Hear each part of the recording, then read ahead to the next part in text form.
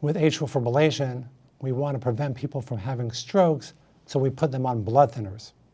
And those blood thinners, as I said, also can increase the risk of bleeding. And so it's always a double-edged sword. We want to prevent strokes, but we don't want people to bleed. So a lot of people do get blood thinners for the atrial fibrillation, but because they're falling, they're older, they use canes, they're in a wheelchair, or they have GI bleeding, they have ulcers, they have imbalance issues, or sometimes people will come to us and say, hey, you know, I'm 60 years old, I go skiing all the time, I go windsurfing, I go water skiing, I don't want to be on a blood thinner, I'm just going to hurt myself if I fall or hit my head. And so for people who need to be on anticoagulants for atrial fibrillation, but they can't take the blood thinner because they're bleeding or falling, the WATCHMAN device is like the perfect device, and we'll discuss that after the little video that you'll see now. You see the left side of the heart on your right side of the picture, and that's called the left atrial appendage. As I mentioned before, the left atrial appendage is sort of like a little pouch. And so if the top part of the heart is not squeezing well, you get little blood clots that form in that pouch and then get into the heart and then can go and cause a stroke if it goes to the head.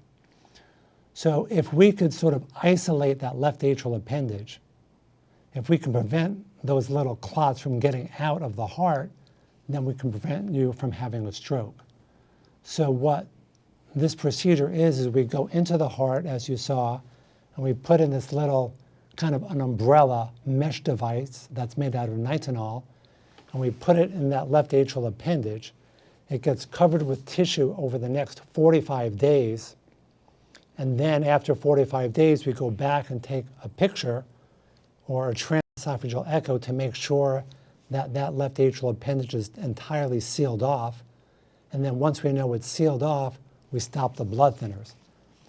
After 45 days, you can come off of the blood thinner, and then you can be on aspirin and Plavix for about 2 months, and then aspirin only.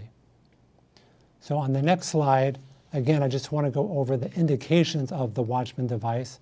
Again, if you can't tolerate blood thinners, like Coumadin, Xarelto, or Eliquis, which are excellent blood thinners, but you can't take them, I think the WATCHMAN device is indicated.